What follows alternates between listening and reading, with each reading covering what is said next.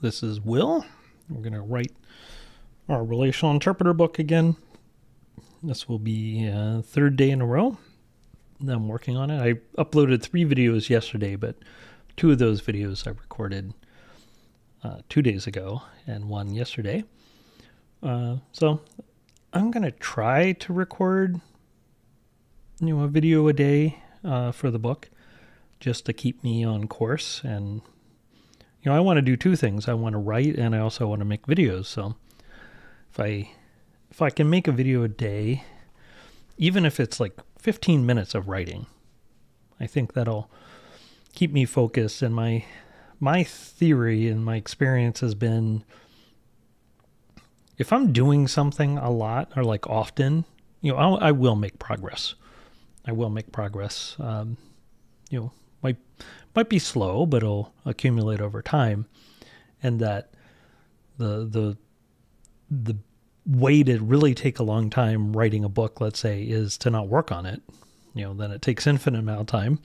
But if I'm, I don't want to say grinding away, but if I'm working on it a little bit every day, and it's in my head. And that's the other thing, is that, if you think about something, even just 15 minutes a day every day, then subconsciously you have a chance to work on it and come up with ideas and think about it. So I think I can arrange circumstances where I can make a video a day. Most days. Now, if I'm traveling or something, that might be different. Maybe I make. I'm not sure. Okay, I'm not going to promise to make a video a day, but I think I can arrange things where I can make a video a day. We'll see. I'm trying to arrange some things with the noise issue. It's more of a compromise rather than a technological solution to try to keep everyone happy. But anyway, if nothing else, I want to at least work on the book, on the writing, at least 15 minutes a day, every day. I think that's possible. And I was just reflecting today. So this is video 120. At least that's the number of it. I know I skipped a few, so I don't know. It's maybe 115 or something actual. And I was going to make 1,024 videos this year. So probably I'll end up making something like 120, because there are a few days left in the year. 120-ish. So, well, it's not 1,024, but the bottom line is it's still 120 videos. That's way more than, had I, at my previous pace, let's say. Okay. And in fact, I hadn't made videos in years, really. So that's good.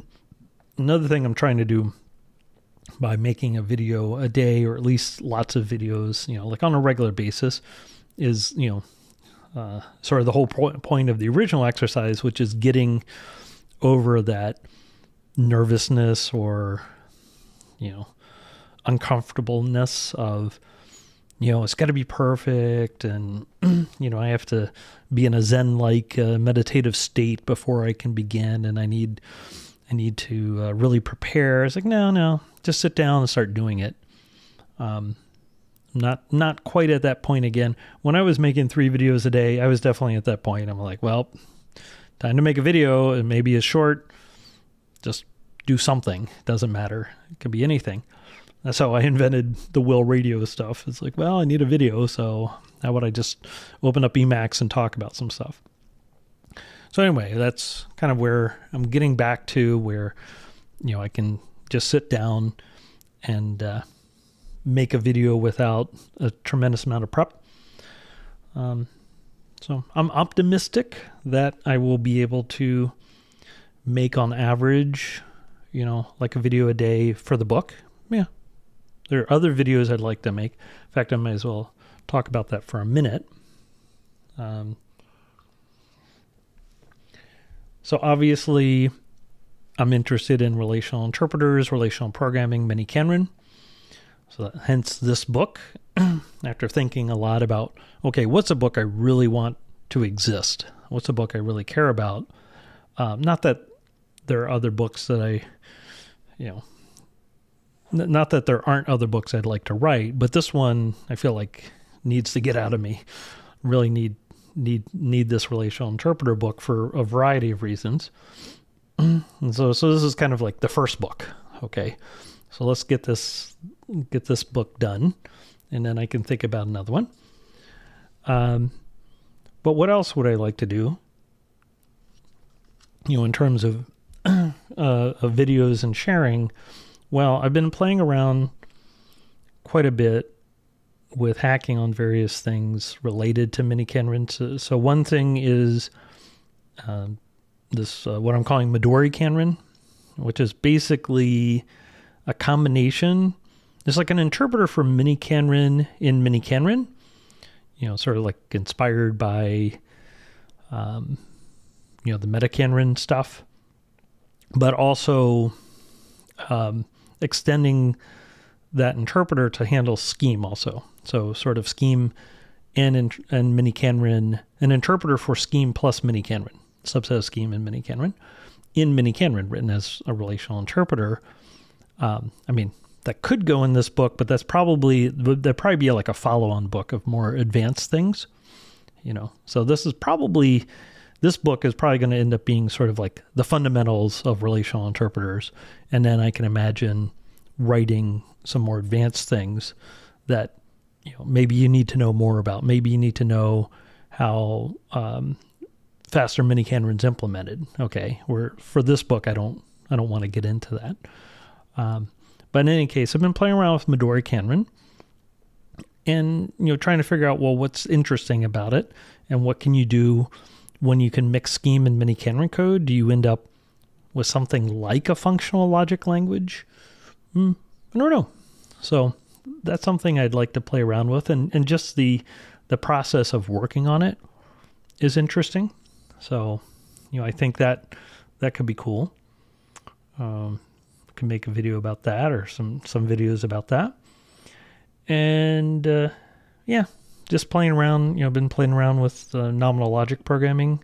Again, Matt Lakin visited me for a while, and we, sort of dusted off some of the alpha Kanren stuff, and I've been playing around with that, and also some non-nominal logic approaches to dealing with scope and binding. So that could be fun to talk about and to show some programming. So in other words, like show some things I'm actually working on that I don't know if I'd call them cutting edge, but they're at the limits of what I know how to do, or they're explorations. Okay, whereas this book, most of the stuff in this book I'm going to be talking about things where I know how to do it. I'm not saying it's like a good way to do these things, because I don't think we really know how to write relational interpreters particularly well.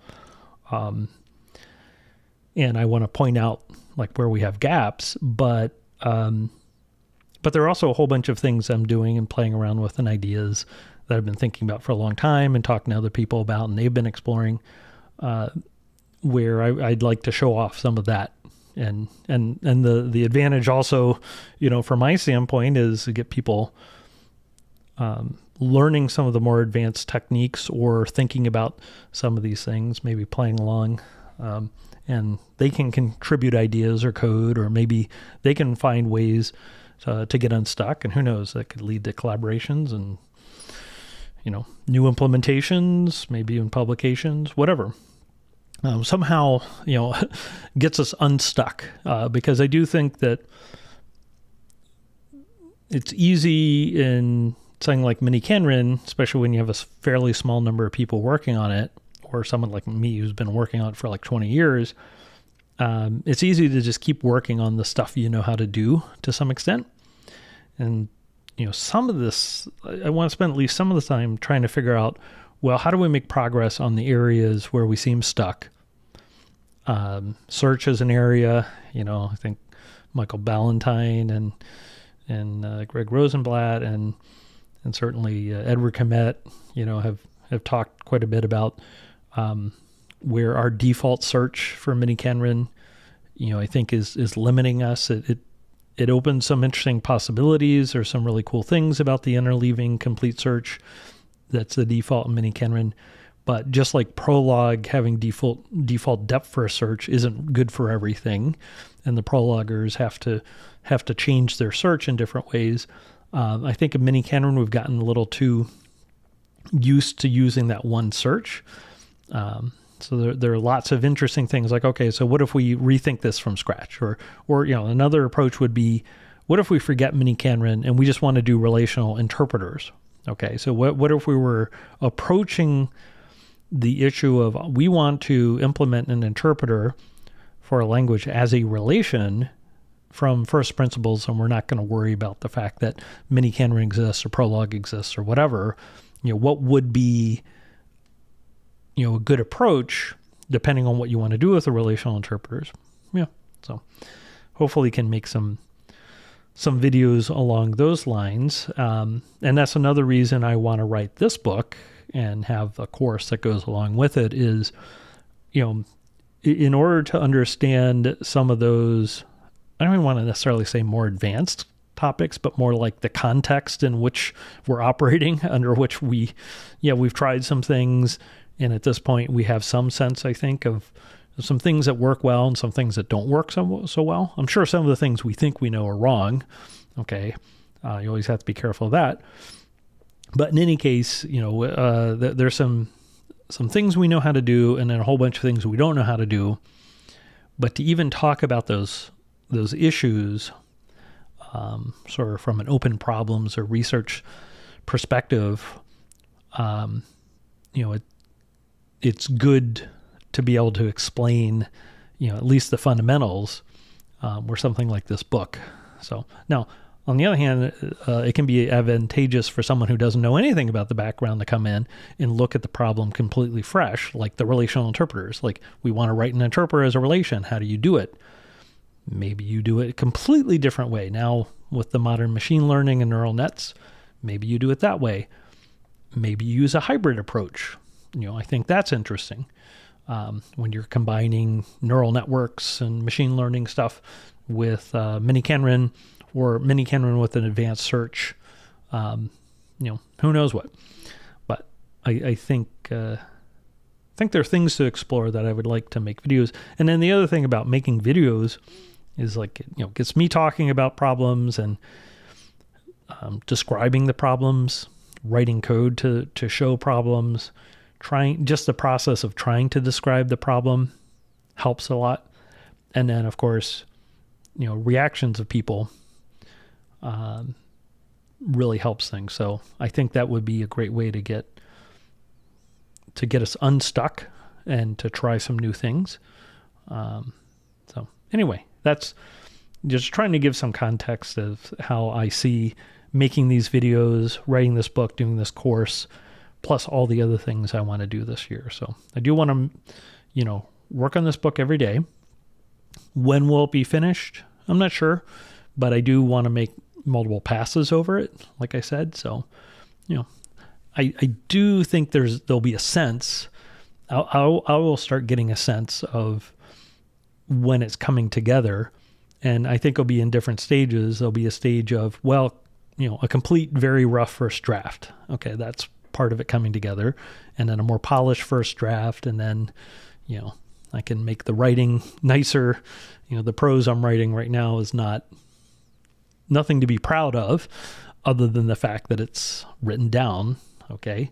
But things like the examples and the code, the order of presentation of ideas, how the ideas are described, what's not described is probably as important as what is described.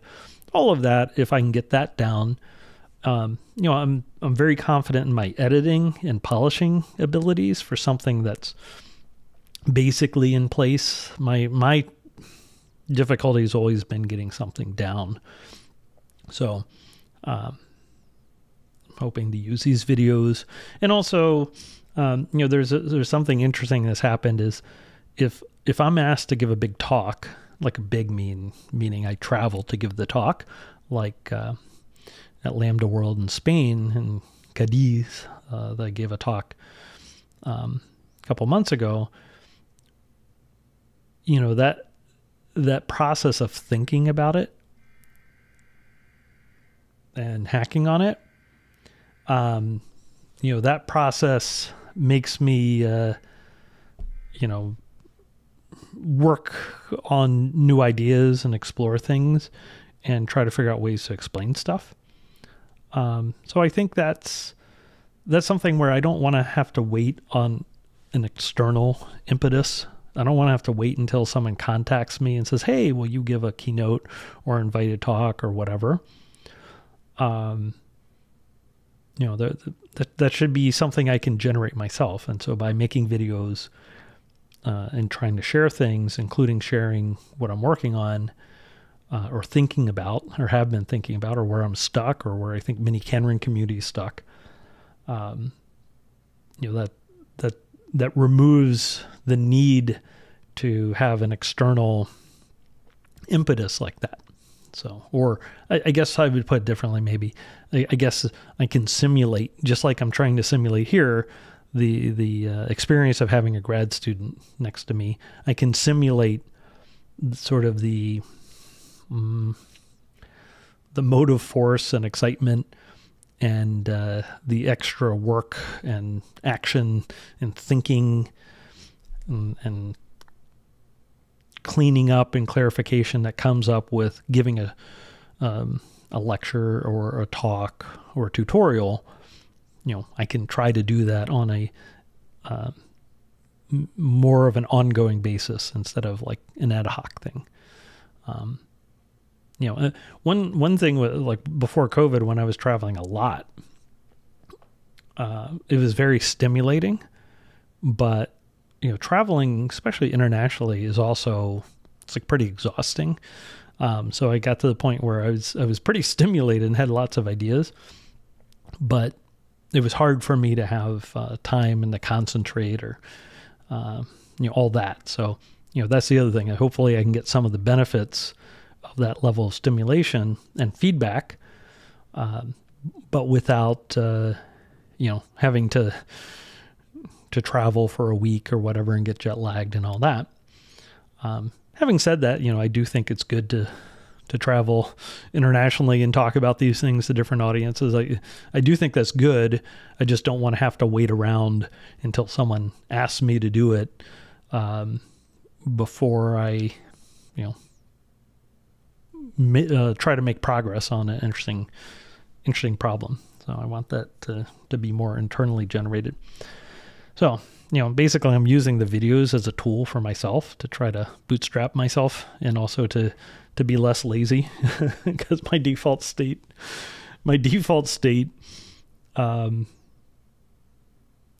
it's just easier to not be active than to be active in some sense.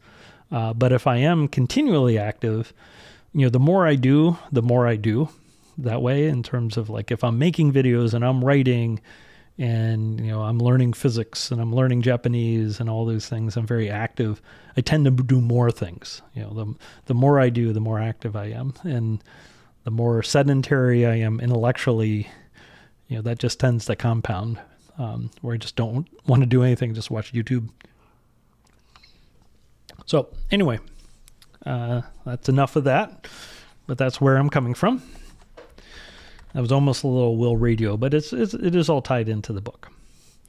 All right. So, yesterday we did 2 hours of writing. I don't think at least this session will be that long because lunch is coming up, but can at least get a little bit in. I want to make a video a day for the writing. Okay, so we left off at a good point yesterday, I think. That's one of the tricks of professional writers that I've heard over and over again, is that always leave always leave off where it's obvious what the next thing to do is, because that gets you started for the next day. So we left off where we were moving some things around. So if I'm trying to cache this back or page this back in my brain. Okay, so the issue is we were trying to figure out the order to present ideas, which really is super critical. We want to have as few dependencies, intellectual dependencies, as possible when presenting these ideas. And we're introducing scheme to maybe someone who doesn't know scheme. You know, they should know some programming. We're not going to try to teach them programming. We're not going to try to teach them functional programming, but they might not know scheme. So we want to introduce these ideas. And if someone, you know, maybe knows a little bit of programming and they really want to be, you know, ambitious, they could try going through this book. That's fine. You know, knock yourself out. A lot of smart people. And if someone's sufficiently inspired, you know, they probably could go through this book. Be difficult, but they could probably do it. You know, there are lots of resources on Scheme that they could read at the same time. All right, so we want to make things as easy as possible for people coming into the book. So we don't want to introduce a whole bunch of ideas at once, and we don't want to have forward references to concepts if we can avoid it. And this is really tricky, especially in the beginning. Really hard. The beginning is much harder, to the point where it's, maybe we just punt on the Scheme and miniKanren intro parts and just get into the meat of it. But I think this, I don't really feel comfortable proceeding without the Scheme and miniKanren intros, because I know this is going to require some updates. And also I want a complete first draft. I want something I could hand to someone to get feedback on, or for them to work through. So I think it's important. And also, you know, it starts looking like a book when you actually have complete chapters. I want, you know, psychologically, I think that's been really important to me. It's like a big deal when something starts looking like a real paper or a real book. That gives me a tremendous amount of motivation to work on it, I've found. Okay, so let's just start from where we were. So we had numbers, okay, with non-negative integers, 5, blah, blah, blah. All right, we got big num, we got Boolean values, fine. All right, so now we've decided to go into quote and symbols. I guess this could be called quotation and symbols. Well, I'll just call it quote and symbols for now.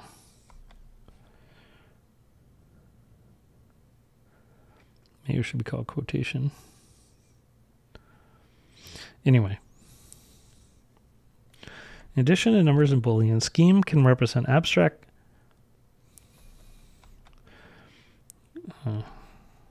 The wording is not amazing. Sometimes called quote symbols. If we want to create a symbol to represent the abstract concept of love, we can write quote love, which produces the symbol love. Because symbols are used so often in the Scheme, the equivalent shorthand notion, tick love, can also be used to produce the symbol love. Great. Okay, now we're immediately going to get into expressions, values, and evaluation. In Scheme terminology, quote love is an expression. And we're emphasizing it because this is, we're defining or giving an example of usage. In Scheme, expressions are evaluated to produce values. Yes, a little bit passive, but in this case, yeah, so the wording could be cleaned up some, but I don't care. I just want the ideas. In this case, the expression quote love evaluates to the value love, which is a symbol. Yep. Now, okay, here's a little annoying thing. If you were to use a racket, you quote love would evaluate to the quote love. I mean, it would display as quote love because the way the printer is set up by default. So that's different between Scheme and Racket, and that annoys me to no end. So I always turn that off in Racket. Okay. So if someone's following along in Racket, they will notice that the output's different. I don't know if I want to say anything about that. Maybe I'll put a to-do. To-do, consider pointing out that in Racket by default.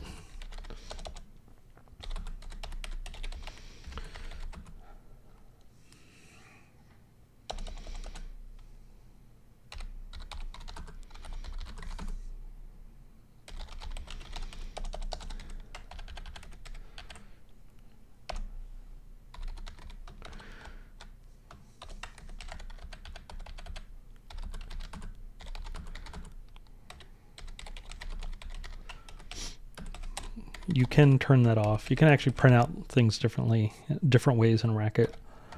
I mean, maybe there's a good argument for quote love printing out. I mean, I think the idea is like, you know, print out the expression that would evaluate to it. But I don't like it. And I especially don't like that it's not the same as in Scheme. That bothers me. So anyway, but I don't want to get into that quite yet, but it's worth knowing if you're following along. If you're using Racket, you'll see it printed as quote love, I believe. Now let's just try it. While I'm saying that, let me just make sure. Where's my Racket?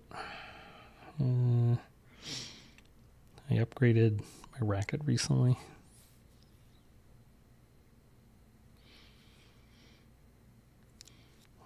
Let's just try it.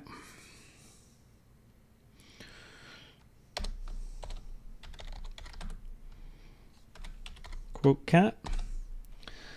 Run. No, it just says cat.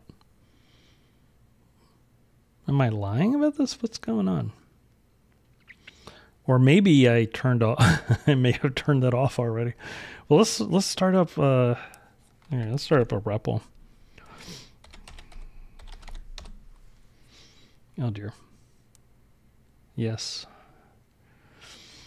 Okay. Quote cat. Yeah. Okay, I must have, maybe I turned that off in Dr. Racket. I don't remember. But okay, here we go. So if I type quote cat, I get back quote cat. But if I assemble quote cat, that's true. And if I ask list quote cat, that's false. And of course, if I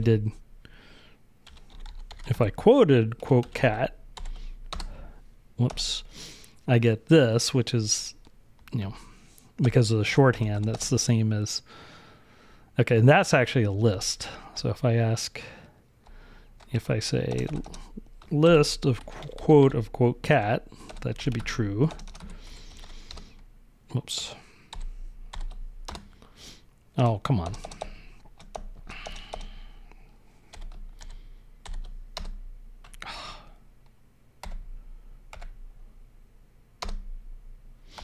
List of quote cat. What's going on? Okay, then that's true. So anyway, I've never quite understood why Racket does it. I mean, I kind of understand for students learning why that might be nice, but I find it confusing. Certainly the fact that it's not the same as in Scheme. Let's see, I know there's ways to change. There's also under like language or settings. I don't remember where it is. Choose language.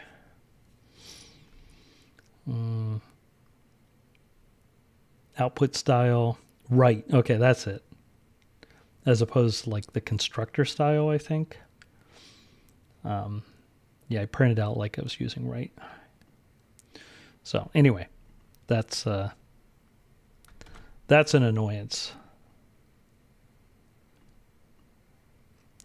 It's an annoyance in my mind. Okay, all schemes. All right, numbers and Boolean numbers and the Booleans will pop. Also values. To show that quote is more general.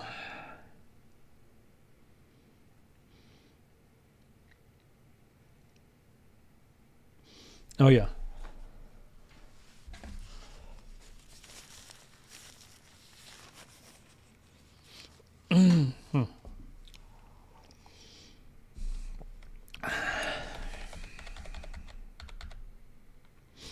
quote of datum evaluates the datum.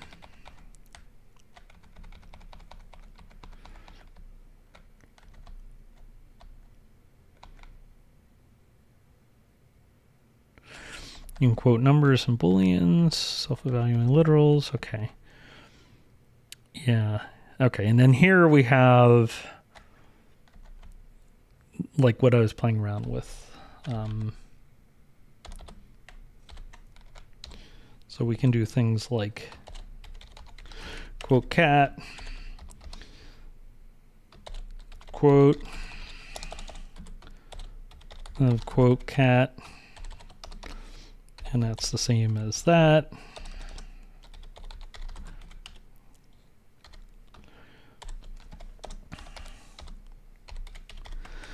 Okay, so we have some examples there. To do, show that quote is more general. Yeah.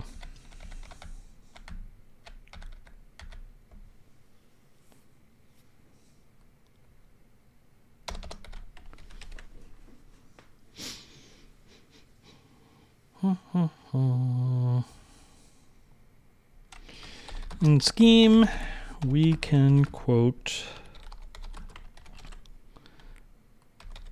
numbers and booleans.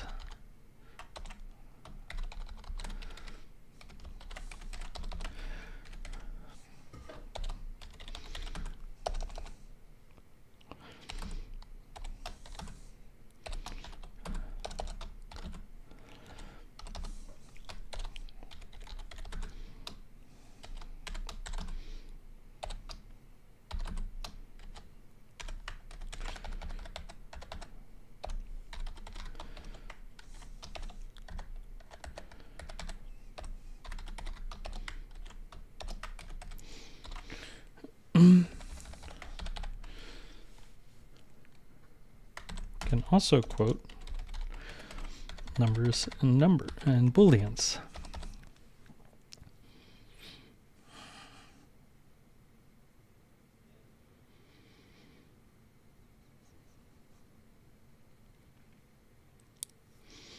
All right, I think I'm about to turn into a pumpkin here for lunch.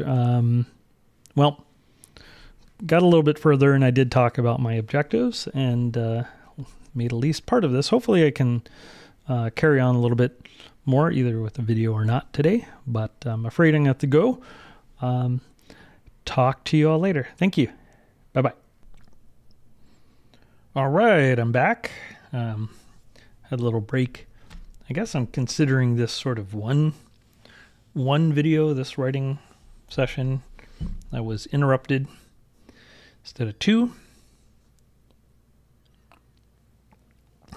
because I wasn't really at a stopping point. I was just kind of in the middle of it. Yeah, I think it's actually good for me to get used to making videos even when I think I might be interrupted, instead of waiting until I have the perfect amount of time and perfect environment and I know I'm not going to be interrupted, because it's hard to make many videos that way. All right, let's keep going. So we were in the middle of quote. In scheme, we can also quote numbers and booleans. Quote 5 evaluates to 5. All right, so I haven't introduced this arrow notation. This might be a good place to introduce the notation.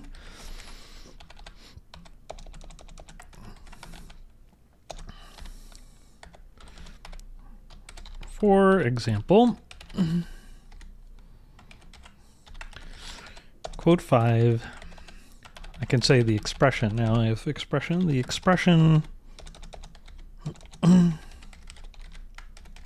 quote 5 evaluates to the value 5, which is a number.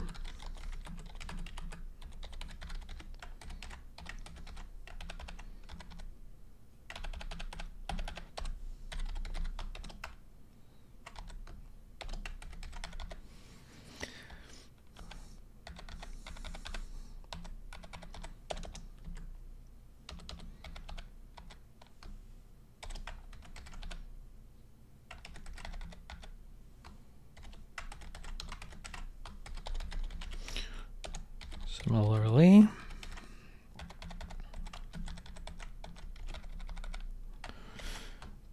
quote hash f evaluates the expression quote hash f evaluates to the value hash f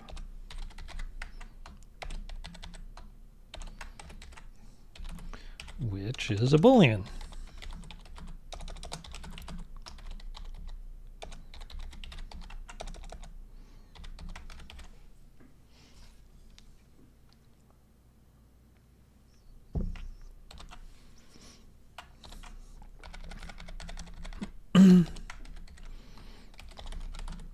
Since we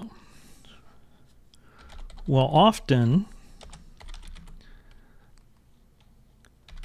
be discussing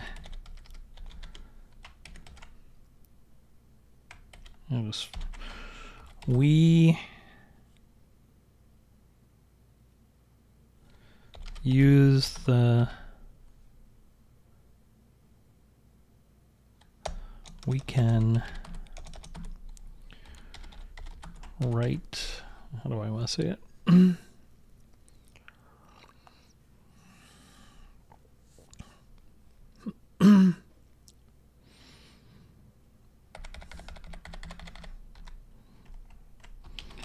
In shorthand, we write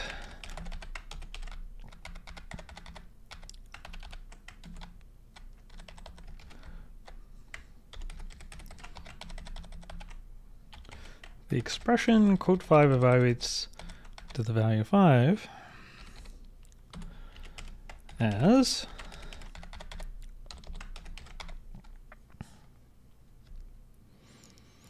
in shorthand, we write the expression quote 5 evaluates to the value 5 as where the arrow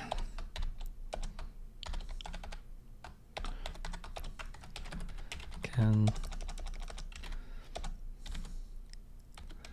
be read as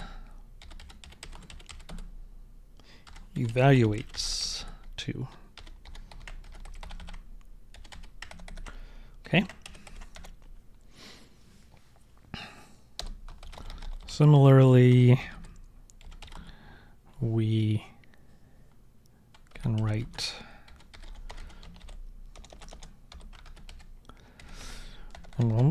and let's do the other one. So what do we have? We had quote love. Okay. Let's do the quote love one as well.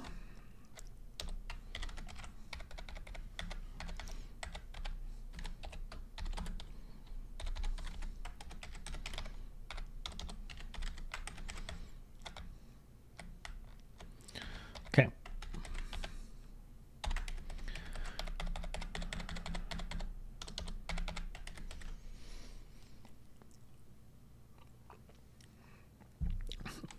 Now we can do the general form. We have some notation. We have these notions of expressions, values, evaluating to. The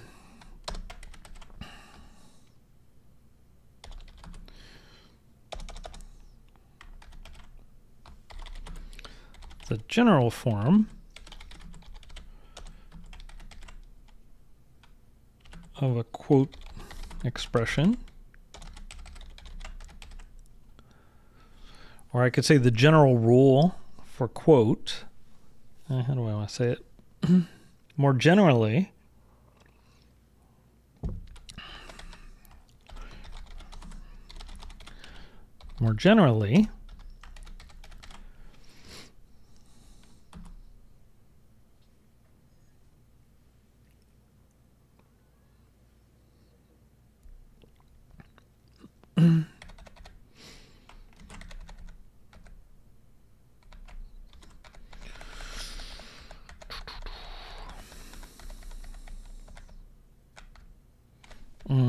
okay, but I want to talk about self-evaluating literals.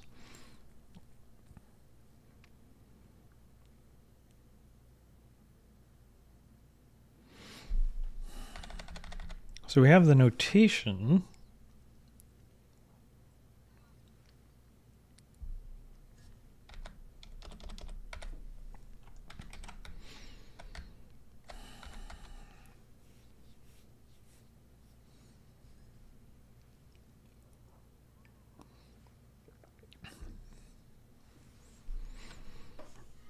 Do I want to... I think I want to introduce this concept of a self-evaluating literal before I get into the notation. And then I can say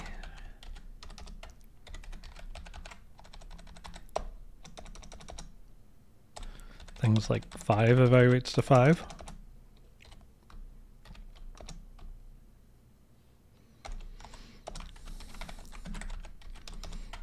And hash f evaluates, and I could say like some big number.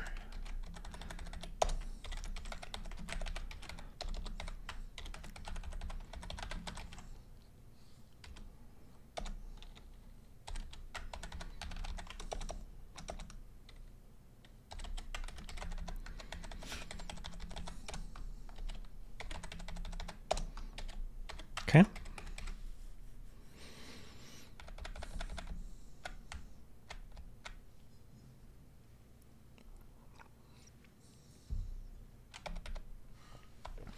All right, we'll figure out how to rearrange that a little bit as necessary.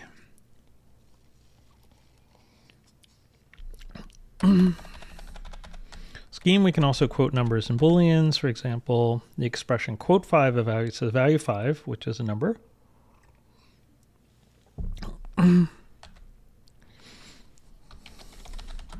Scheme numbers and booleans are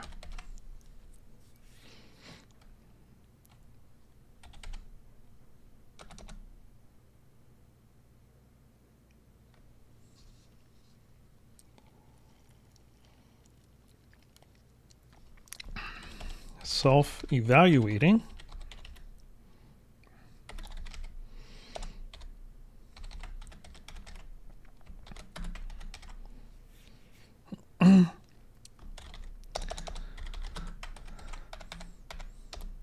Actually, we don't need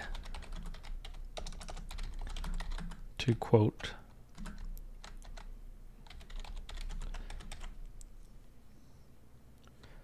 numbers or booleans in scheme.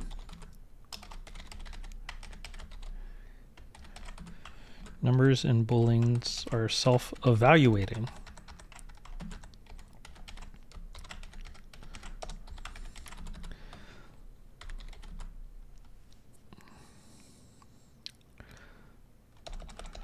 For example, the expression 42 evaluates to the number 42, to the value 42, which is a number.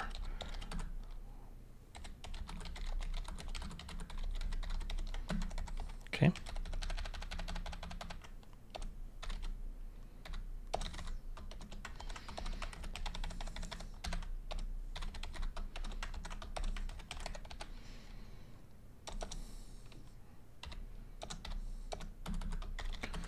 The expression hash t evaluates to the value hash t, which is a boolean.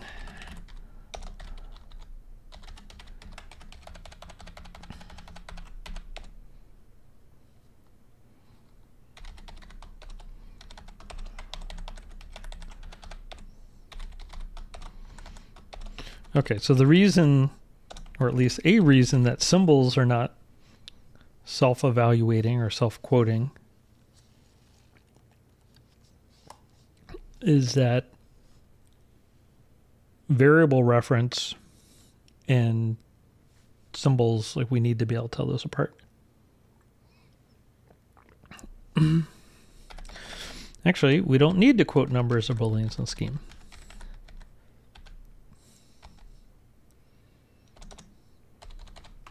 Numbers and booleans are self-evaluating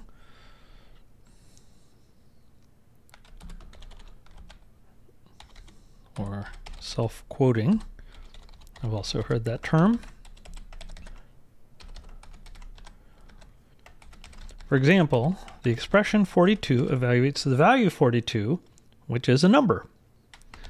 The expression hash t evaluates to the value hash t, which is a Boolean. Okay, so then once we have our notation with the arrow, we can just have these sorts of examples.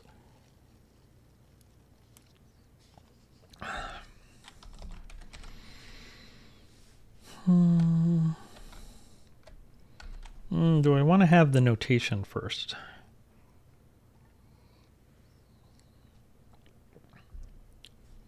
I'm not sure. Let's go with this for now.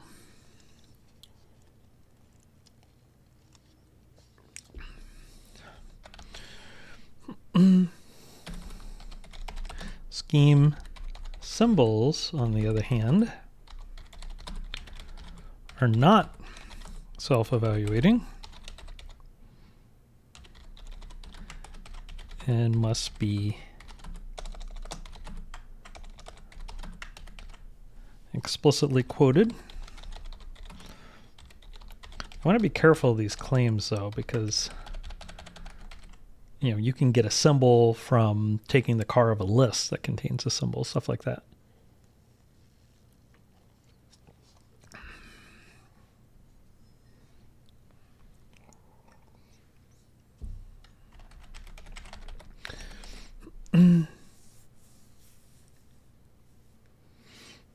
I can say, now I could put a footnote here. I'm trying to avoid the footnote. Let's see. Scheme symbols, on the other hand, are not self-evaluating and must be explicitly quoted.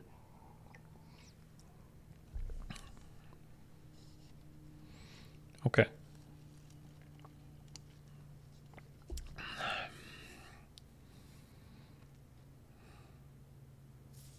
Yeah, maybe there's a footnote.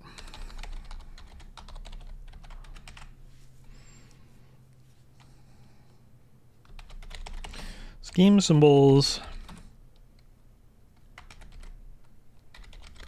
must be explicitly quoted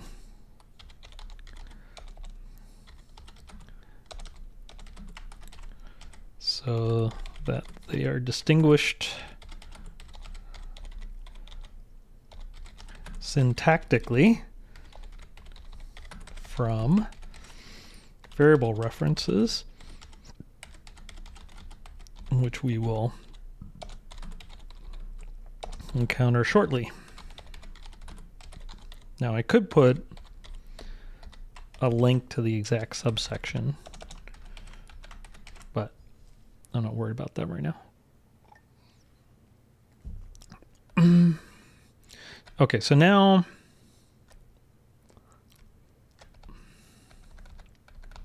we have the shorthand.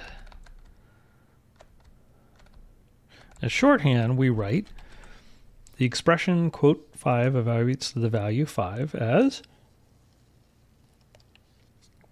Similarly, we can write quote hash f and quote love goes to love.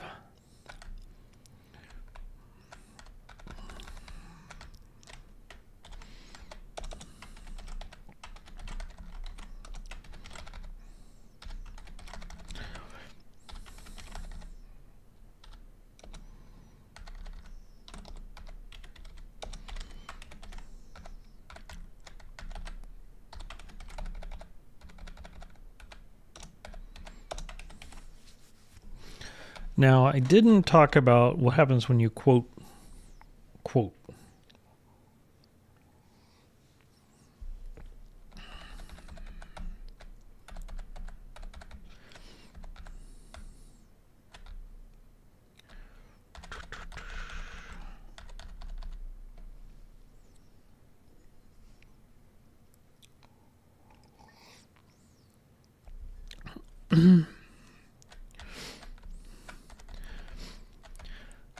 Mm-hmm.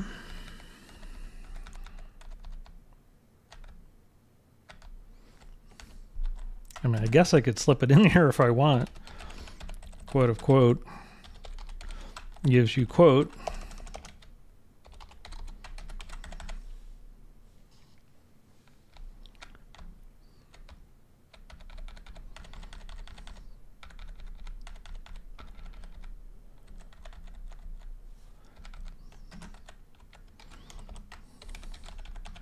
Of course, this is the same as quote of love.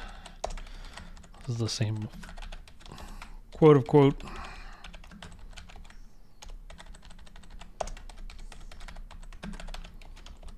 And that's the same of quote of quote. Maybe not. Hold on. Quote of quote.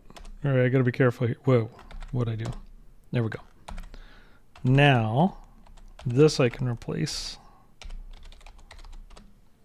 Okay. And what if I do a quote of quote? No, because that's the quote expression. That has the parens. Okay, so that's not right. Gotta be careful there. Okay.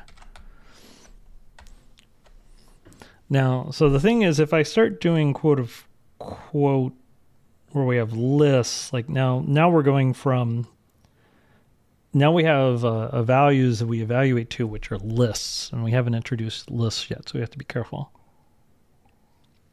So I think I have to defer that. Okay.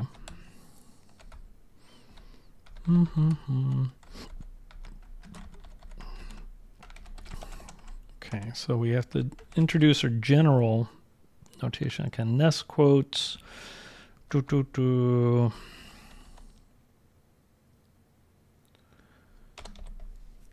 Yes, that's true that we need to get into that. I'm going to comment this out for now. That's got to fit in with the lists, and maybe it's time to start getting into lists now.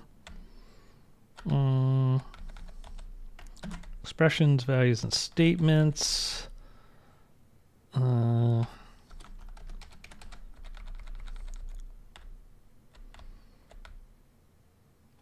let's just comment that stuff out. Okay, here we go. More generally,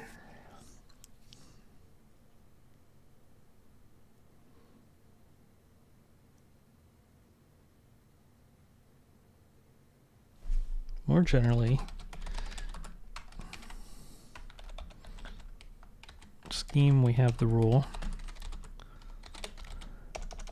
More generally, the rule in scheme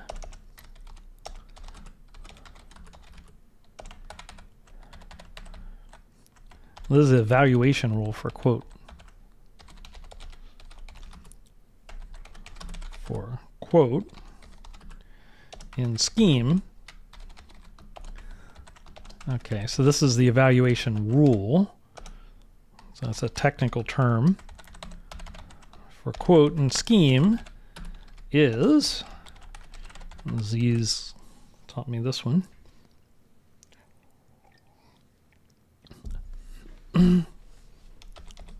Where datum, so quote of datum evaluates the datum, where datum is some legal scheme.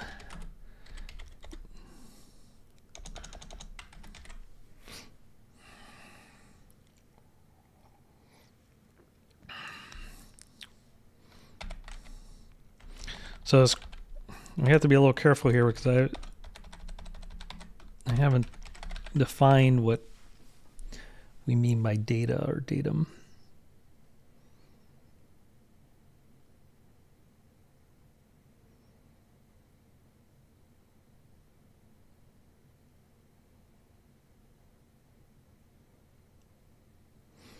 Maybe we need to get into lists and things like that before this rule even makes sense.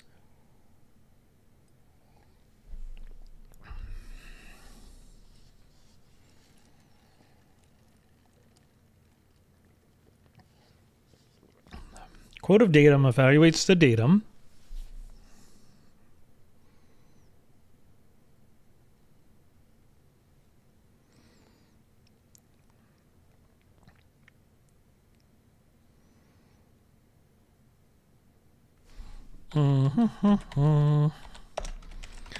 Datum is the singular. Oh, that's getting very fancy wording. Quote of datum is evaluates the datum.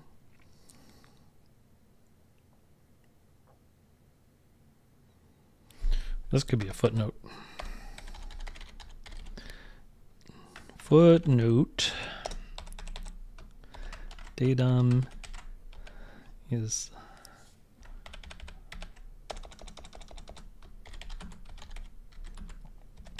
the word datum is the singular form of data.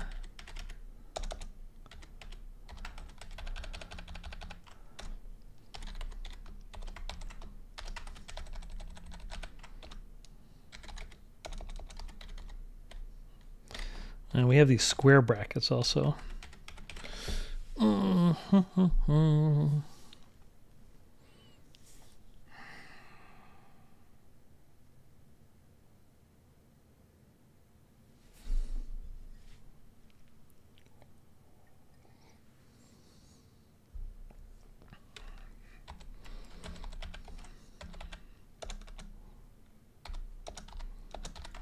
Datum. Man.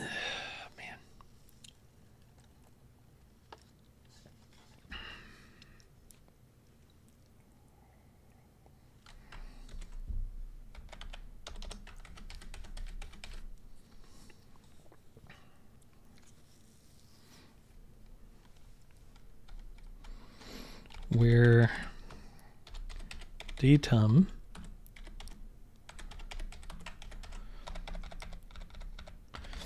I guess, okay, so I guess we could do something like this if we wanted to. Quote number.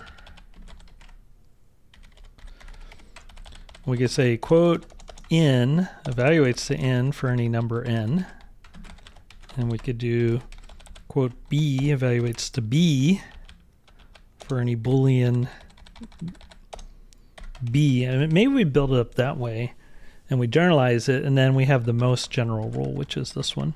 And that way we can introduce both this sort of generalized notation and the brackets.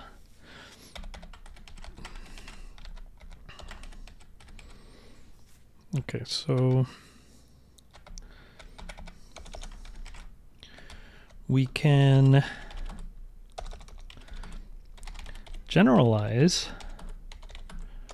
our notation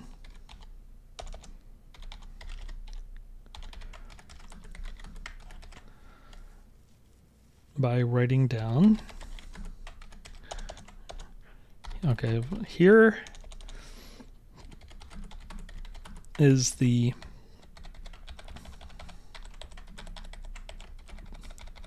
evaluation rule for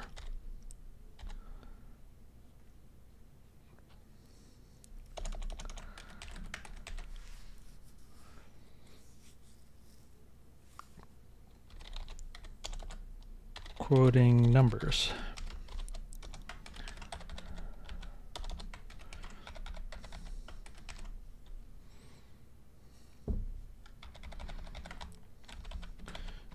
Or we could say the evaluation rule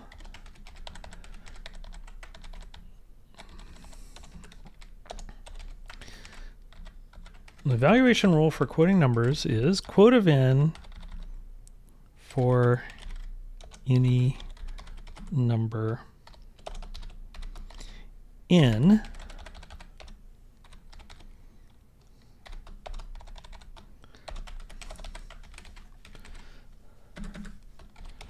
we use the angle brackets blank and blank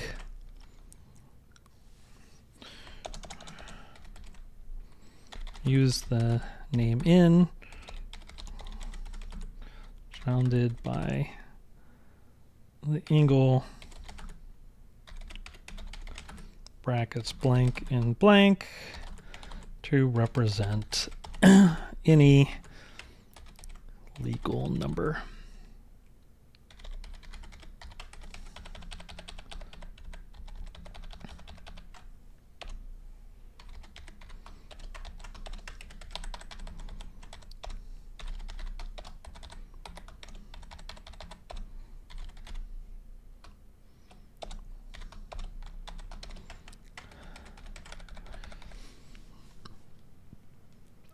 Okay, so why do we need to generalize our numbers?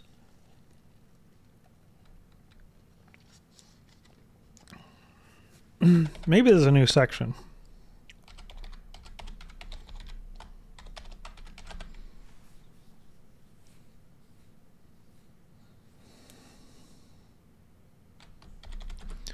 The evaluation rule for quote.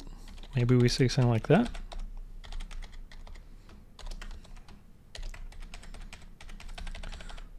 The general evaluation rule for quote.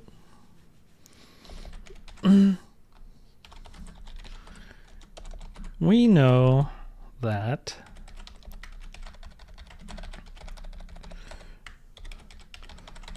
quote 0 evaluates the 0. We have learned, or we now know, we know that quote 0 goes to 0, quote 1 goes to 1, dot, dot, dot, quote 42 goes to 42, dot, dot, dot, and then some big number. Actually, that one. All right, let's get something that doesn't end with a 4. I mean, begin with a 4. How about ends with a 9?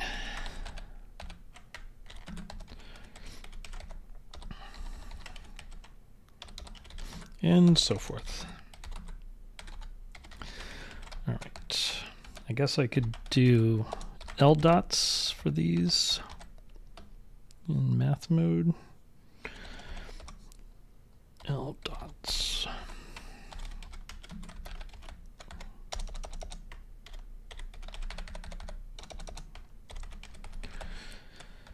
We know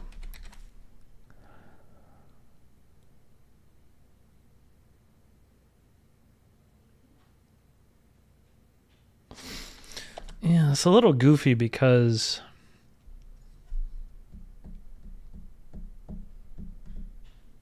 numbers are self-evaluating.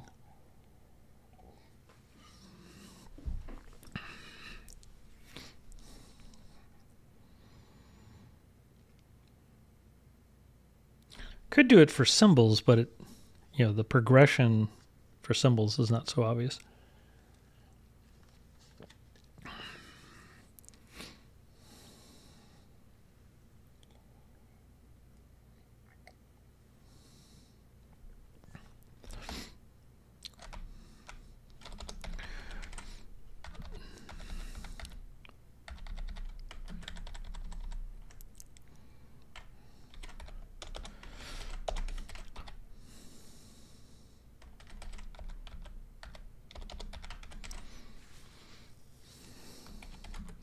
We would have to write down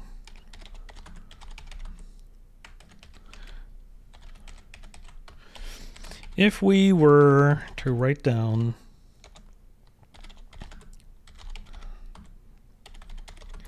every specific evaluation rule,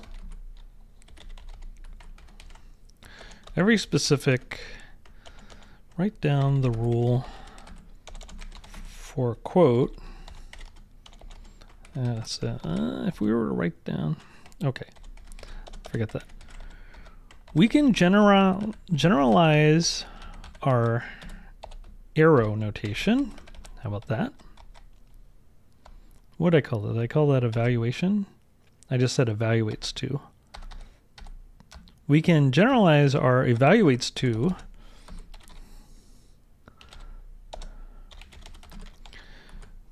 arrow notation.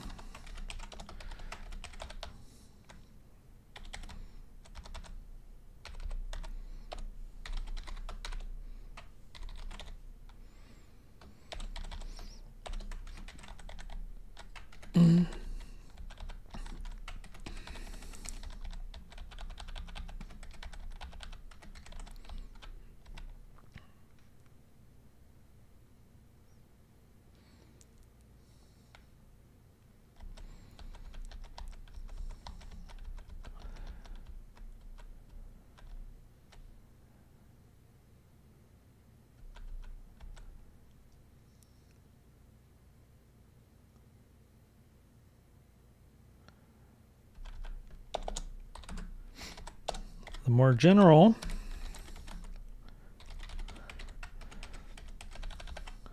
evaluation rule for quoting numbers is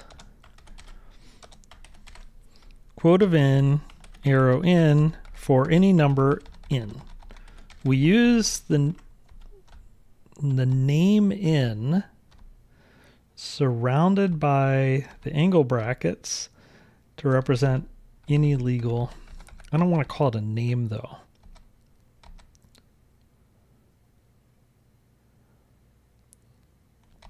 We use the notation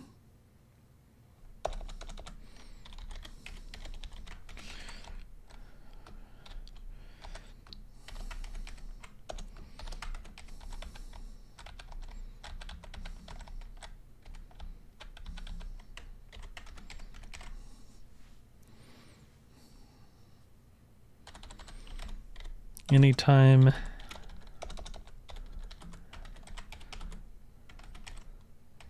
we surround, I mean, it is a name. We use the, maybe it's okay to use name. Let me think about that a second.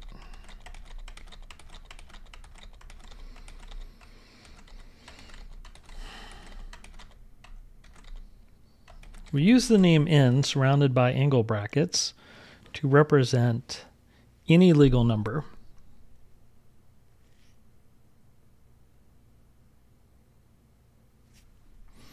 Okay, I think that's okay. Similarly, we can express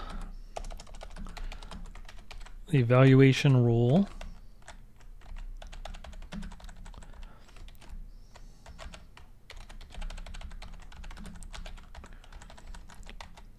for quoting booleans as blank, where blank, blah. No, for example, similarly, the evaluation rule for quoting booleans is that for any boolean b. Of course, there are only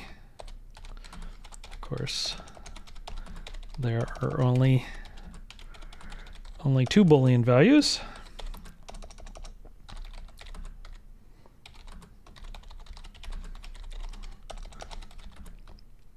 Hash f and hash t.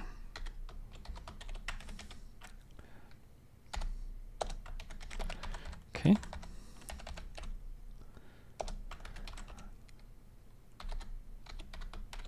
Oops.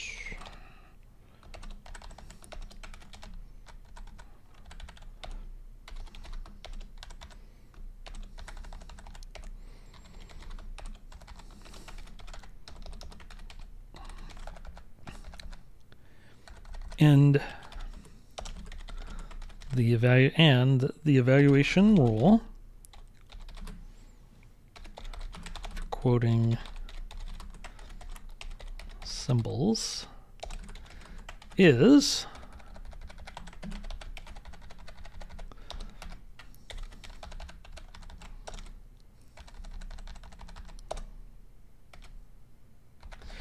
maybe I should say this is bool or num or something.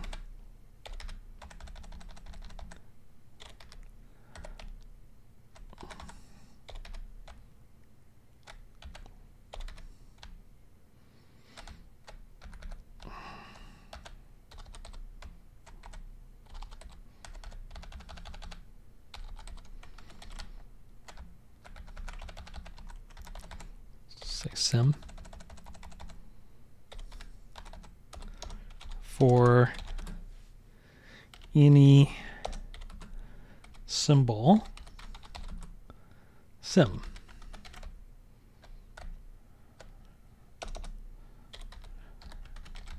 For any legal symbol, sim. I don't know if I even have to say legal symbol. If it's illegal symbol, it's not really a symbol now, is it? let's get rid of legal.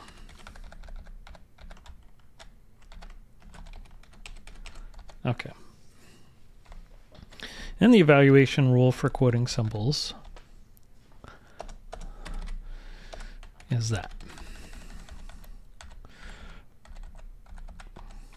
More generally,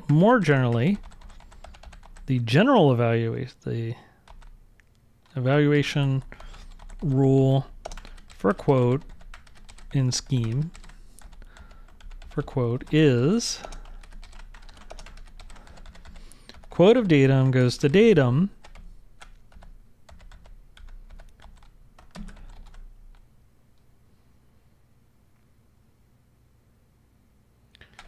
for any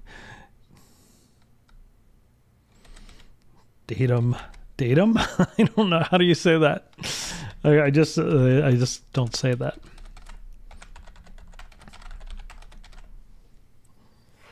The word datum is the singular form of data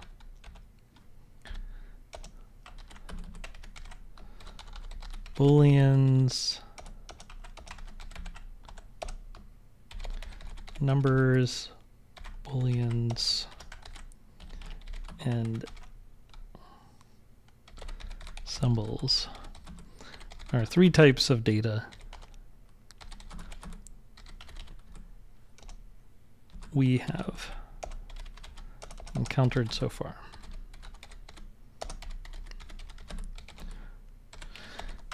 Maybe that's okay.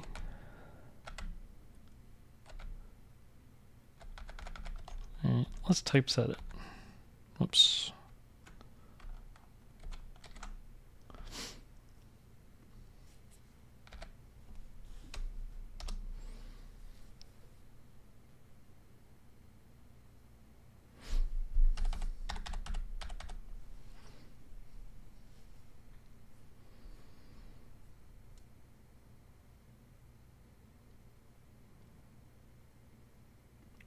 Back. Somehow the recording stopped. I was finishing up anyway, so I recorded almost all of it. I did a little bit of cleanup, and I decided that was a good stopping point, and then I checked, and it's like, oh, the recording stopped, so sorry about that. I'll edit all of this together into one video, I think, and just upload it as one. But anyway, made some progress, sort of got through the quote. I think the next thing to do, well, somehow we have to get in the procedure application and the evaluation rules for application and variable reference. So my plan was to do like define and then variable reference and talk about that. Now we have the concepts of expressions versus values and evaluation rules. We could see how that goes, but that'll be for next time, I think. Alrighty, thanks. Have a good one. Talk to you soon.